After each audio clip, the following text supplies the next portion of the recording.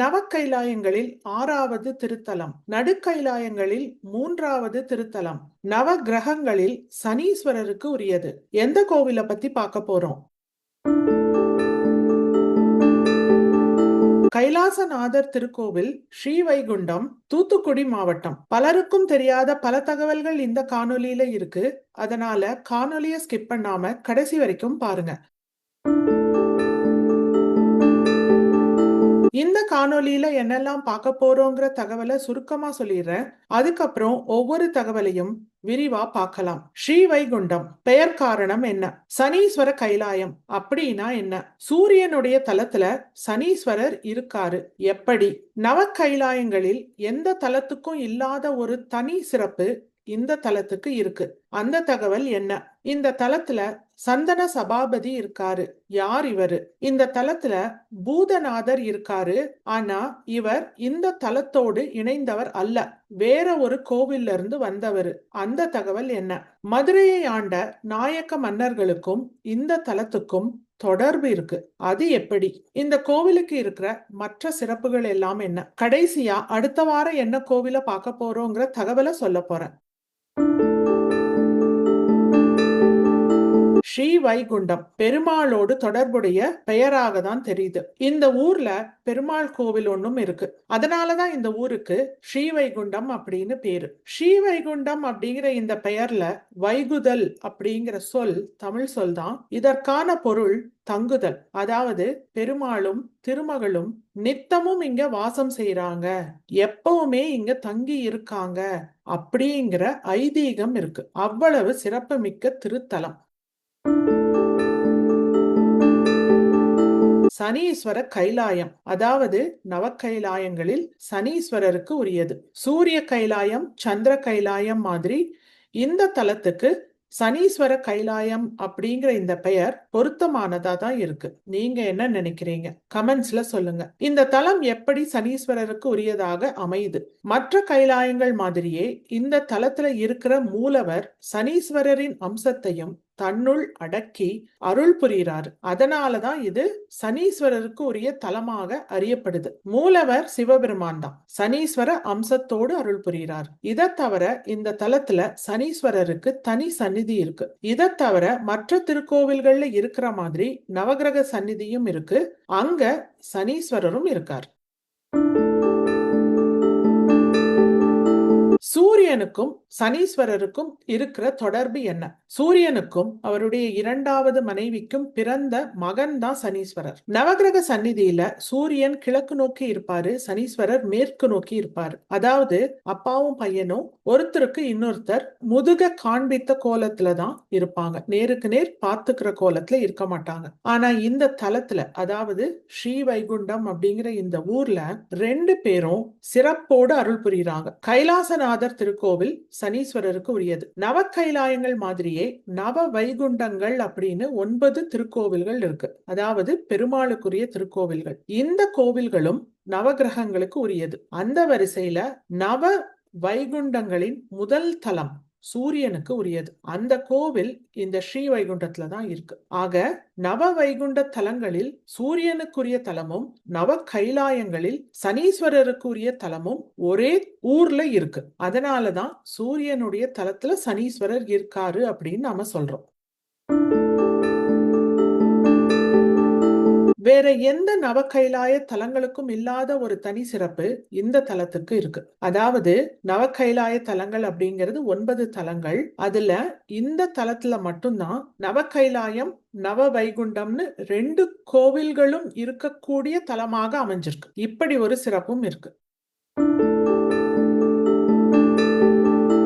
ஆடல் வல்லான், அதாவது நடராஜர் தான் இந்த தலத்துல சபாபதினு அறியப்படுறார். வெண்கல திருமேனி, நாயக்க மன்னர்கள் நிறுவினது. இவருக்கு சந்தன காப்பு இடப்படுது. அதனாலதான் இவருக்கு சந்தன சபாபதினு பேரு. சபாபதி சபைக்கு அதிபதி. நடராஜர்னு நாம கூப்பிட்டு பழகியிருந்தாலும் இவருக்கான தமிழ் சொல் ஆடல் வல்லான் அப்படிங்கிறத பல காணொளிகள்ல பார்த்துட்டோம். ஆடல் வல்லான் மட்டும் கிடையாது, அம்பலக்கூத்தன் அப்படிங்கிறதும் நடராஜரை தான் குறிப்பிடுது. தமிழ் பெயர்கள் எவ்வளவு அழகா இருக்கு இல்லையா? சந்தன சபாபதி மாதிரியே புனுகு சபாபதி அருள் புரிகிற ஒரு நவ கைலாய தலத்தையும் சமீபத்துல தான் பார்த்தோம். சூரியனுக்குரிய தலம் பாபநாசம் திருக்கோவில். இந்த புனுகு சபாபதிக்கு சிறப்புகள் நிறைய இருக்கு. பாபநாச கோவிலுக்குரிய காணொலியை பார்த்துட்டீங்களா? பார்க்கலைனா கண்டிப்பா பாருங்க. அந்த கோவிலுடைய லிங்கை டிஸ்கிரிப்ஷன்ல நான் கொடுக்கிறேன். இந்த சந்தன சபாபதி இருக்கிற கருவறைக்கு வெளியில அழகிய சிற்பங்களோடு கூடிய மண்டபம் இருக்கு. இதுல குறிப்பா யாழி சிற்பத்தை சொல்லலாம். தூணும் யாழியும் ஒன்னா வடிக்கப்பட்டிருக்கு. யாழி சிற்பங்களை பல தலங்கள்ல பார்ப்போம். பொதுவா சிங்க முகத்தோடு பார்ப்போம். ஒரு சில தலங்கள்ல யானை முகத்தோடு இருக்கிற யாழி சிற்பங்களை பார்க்க முடியும். இந்த தலத்துல இருக்கிற யாழி யானை முகத்தோடு இருக்கு. 8 யாழி சிற்பங்களை சந்தன சபாபதி கருவறைக்கு வெளியில இருக்கிற மண்டபத்துல பார்க்க முடியும். சிற்பக்கலைக்கு எடுத்துக்காட்டாக இருக்கக்கூடிய அழகான சிற்பங்கள். இந்த தலத்துல பூதநாதர் இருக்கார். இந்த தலத்துடைய காவல் தெய்வமாக போற்றப்படுறார். சங்கிலி பூதத்தார் அம்சமாக கருதப்படுறார். கொஞ்ச வருஷத்துக்கு முன்னாடி வரைக்கும் இந்த கோவிலுடைய திறவுகோலை, அதாவது சாவிய பூதநாதர் கிட்ட தான் ஒப்படைப்பாங்க. அவரை மீறி யாரும் இந்த திருக்கோவிலுக்குள்ள நுழைய முடியாதுங்கிற அசைக்க முடியாத நம்பிக்கை இருந்திருக்கு. இப்படி திறவுகோலை இவர்கிட்ட கொடுக்கறத ஒரு வழக்கமாகவே மக்கள் வச்சிருந்திருக்காங்க. மிக அற்புதமான திருமேனி.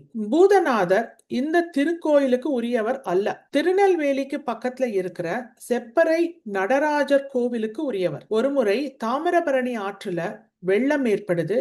அந்த வெள்ளத்துல அடித்து வரப்பட்ட பல பொருட்களில் இவரும் ஒருவர். ஸ்ரீவைகுண்டத்துல கரை ஒதுங்குறாரு. அதனால அவரை இந்த கோவில்லையே வச்சுட்டாங்க. திருவிழா காலங்களில் முதல் பூஜை, முதல் மரியாதை பூதநாதருக்கு தான் கொடுக்கறாங்க. அந்த சிறப்பும் இவருக்கு இருக்கு. இந்த பூதநாதருடைய சிலை மரத்தினால் ஆனது. மிகப்பெரிய திருமேனி. திருவிழா காலங்கள்ல கைலாசநாதர் இந்த பூதநாதர் மீது அமர்ந்து காட்சி கொடுக்கிறார். ஆக கைலாசநாதருடைய வாகனமாக இவர் காட்சி கொடுக்கிறார். பூதநாதருக்கு வடமாலை சாற்றி வழிபடும் வழக்கமும் இந்த திருத்தலத்துல இருக்கு. இந்த கோவிலுக்கு போனீங்கன்னா பூதநாதரை பார்க்கிறதுக்கு மறந்துடாதீங்க. மதுரையை ஆண்ட நாயக்க மன்னர்கள் இந்த கோவிலுக்கு திருப்பணி செஞ்சிருக்காங்க. வீரப்ப நாயக்கர் இந்த திருக்கோவில்ல இருக்கிற வேள்வி சாலை, கொடிமரம், கொடிமரத்துக்கு கீழே இருக்கிற மண்டபம் மற்றும் சந்தன சபாபதி மண்டபம் எல்லாத்தையும் கட்டியிருக்கார். திருமலை நாயக்க மன்னர் நாயக்க மன்னர்களில் புகழ் பெற்றவர். அவர் இந்த கோவிலுக்கு மொட்டை கோபுரத்தை கட்டியிருக்கார். மொட்டை கோபுரம் பொதுவா ராஜகோபுரங்கள் இருக்கும். ஆனா இந்த கோவில்ல 2 நிலைகள் தான் இருக்கு. அதுக்கு மேல ராஜகோபுரம் இல்ல. அதனால இதற்கு மொட்டை கோபுரம் அப்படின்னு பேரு. திருமலை நாயக்கர் கட்டியிருக்காரு. ஆனா பாதியிலேயே அந்த கட்டட வேலை நின்னு போயிடுச்சா, அதனாலதான் இது மொட்டை கோபுரமா இருக்குதாங்கிற தகவல் சரியா தெரியல. உங்களுக்கு ஏதாவது தகவல் தெரிஞ்சதுன்னா கமெண்ட்ஸ்ல சொல்லுங்க, எல்லாரும் தெரிஞ்சுக்கலாம். திருமலை நாயக்க மன்னர் மதுரையை ஆட்சி பண்ணின போது அவருடைய நாடு கன்னியாகுமரி வரை தெற்குல படர்ந்திருந்தது. ஆக நாயக்க மன்னர்கள் காலத்துல இது அவங்களுடைய ஆளுமைக்கு உட்பட்ட பகுதியாதான் இருந்திருக்கு. திருமலை நாயக்கர் திருப்பணி செய்த திருக்கோவில் ஒண்ண சமீபத்துல தான் பார்த்தோம். கோயம்புத்தூர்ல இருக்கிற மதிப்பநல்லூர் அம்மன் திருக்கோவில். அந்த கோவிலை இப்ப வரைக்கும் பார்க்கலன்னா கண்டிப்பா பாருங்க. அதுல சிற்பம் மட்டும் கிடையாது, திருமலை நாயக்க மன்னருடைய வரலாறும் இருக்கு. கொடிமரம் இந்த திருக்கோவில்ல சிறப்பு. இந்த கொடிமரம் கன்னியாகுமரியில இருக்கிற பகவதி அம்மன் திருக்கோவில்ல இருந்து கொண்டு வரப்பட்டது அப்படின்னு தலவரலாறு சொல்லுது. அது எப்படி ஒரு கோவிலுடைய கொடிமரத்தை இன்னொரு கோவிலுக்கு எடுத்துட்டு வந்திருப்பாங்க? இதுதான் நம்முடைய வினா. கன்னியாகுமரி அம்மன் திருக்கோவிலுக்கு சொந்தமான அச்சிறுமலை அப்படிங்கிற மலையின் அடிவாரத்தில் விளைந்த தேக்கு மரத்தை தேர்வு பண்ணி அதை அங்கிருந்து எடுத்துட்டு வந்து கொடிமரத்தை நிறுவியிருக்காங்க. அதனாலதான் கொடிமரம் அந்த கோவில்ல இருந்து வந்தது அப்படின்னு தலவரலாறு சொல்லுது. கொடிமரம் மட்டும் கிடையாது, கொடிமரத்துக்கு கீழே இருக்கிற சக்தி பீடம் கன்னியாகுமரி அம்மன் திருக்கோவில்ல இருந்து வந்திருக்குது. அங்கிருந்து இதை கொண்டு வந்து இங்க நிறுவனது நாயக்க மன்னர்கள் தான், குறிப்பா வீரப்ப நாயக்கர். கொடிமரம் சிவலிங்கமாகவும் கீழே இருக்கிற அந்த சக்தி பீடம் சக்தியாகவும் வழிபடப்படுது. ஆக கொடிமரமும் சக்தி பீடமும் சிவசக்தி சங்கமமாக இந்த திருக்கோவில்ல அமைந்திருக்குது. அப்படி ஒரு சிறப்பு இந்த திருக்கோவிலுக்கு இருக்கு. இந்த திருக்கோவில்ல இருக்கிற சந்தன சபாபதியோடைய திருமேனி பாண்டிய மற்றும் நாயக்க மன்னர்களின் சிற்பக்கலைக்கு எடுத்துக்காட்டாக அமைஞ்சிருக்கு. இந்த திருக்கோவில் கட்டிடக்கலைக்கு சிறந்த எடுத்துக்காட்டா இருக்கு. இதுல குறிப்பான சில சிற்பங்களை மட்டும் பார்க்கலாம்.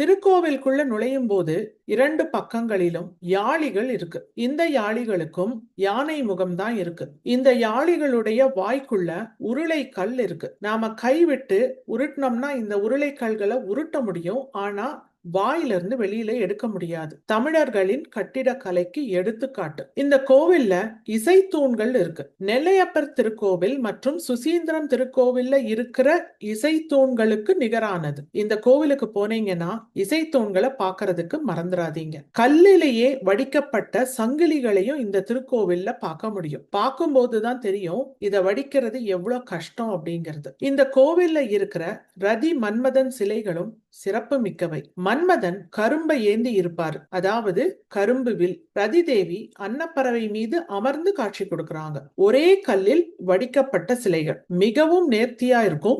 ஆடை அணிகலன்கள் எல்லாம் மிக மிக நேர்த்தியா வடிவமைக்கப்பட்டிருக்கிறத பார்க்க முடியும். இந்த திருக்கோவில் நவக்கைலாயம் மட்டும் கிடையாது, நடுக்கைலாயமும் கூட. அதாவது நவக்கைலாயங்களில் 3 கைலாயங்கள் மேல் கைலாயங்களா இருக்குதுங்கிறத முன்னமே பார்த்துட்டோம். அதே மாதிரி 3 திருக்கோவில்கள் நடுக்கைலாயங்களா அறியப்படுது. அந்த 3 திருக்கோவில்களில் 3வது திருக்கோவில் இது. இந்த கோவிலுக்கு பாண்டிய மன்னர்களும் திருப்பணி பண்ணியிருக்காங்க. விமானம், திருக்கோவில்ல இருக்கிற மண்டபங்கள் இவற்றையெல்லாம் மதுரையை ஆண்ட சந்திரகுல பாண்டிய மன்னர் கட்டியிருக்கார். குமரகுருபர சுவாமிகள் பிறவியிலேயே ஊமை. முருகனுடைய அருளால அவருக்கு பேச்சு வருது. அந்த குமரகுருபர சுவாமிகள் பிறந்த ஊர் ஸ்ரீவைகுண்டம். மூலவர் அம்மன் தகவல்களை சுருக்கமா பார்த்தரலாம். மூலவர் கைலாசநாதர், அம்மன் சிவகாமி. நின்ற திருக்கோலத்துல இருக்காங்க. 2 கரங்களோடு காட்சி கொடுக்கறாங்க. ஒரு கரத்துல மலர வச்சிருக்காங்க, இன்னொரு கரத்தை நிலத்தை நோக்கி தாழ்த்தி இருக்காங்க. தீர்த்தம் தாமிரபரணி ஆறு. ஊர் ஸ்ரீவைகுண்டம். இந்த ஊருடைய புராண பெயர் திருவைகுண்டம். தூத்துக்குடி மாவட்டத்துல இருக்கு. திருநெல்வேலியில இருந்து சுமார் 24 கிலோமீட்டர் தொலைவில் இந்த திருக்கோவில் அமைந்திருக்கு. இந்த கோவிலுடைய கூகுள் மேப் லிங்க டிஸ்கிரிப்ஷன்ல நான் தரேன், உங்களுக்கு உபயோகமா இருக்கும். அடுத்த வாரம் என்ன கோவில்? நவக்கைலாயங்களில் 7வது திருக்கோவில், புதனுக்கு உரியது. கைலாசநாதர் திருக்கோவில் தென் திருப்பேரை, தூத்துக்குடி மாவட்டம்.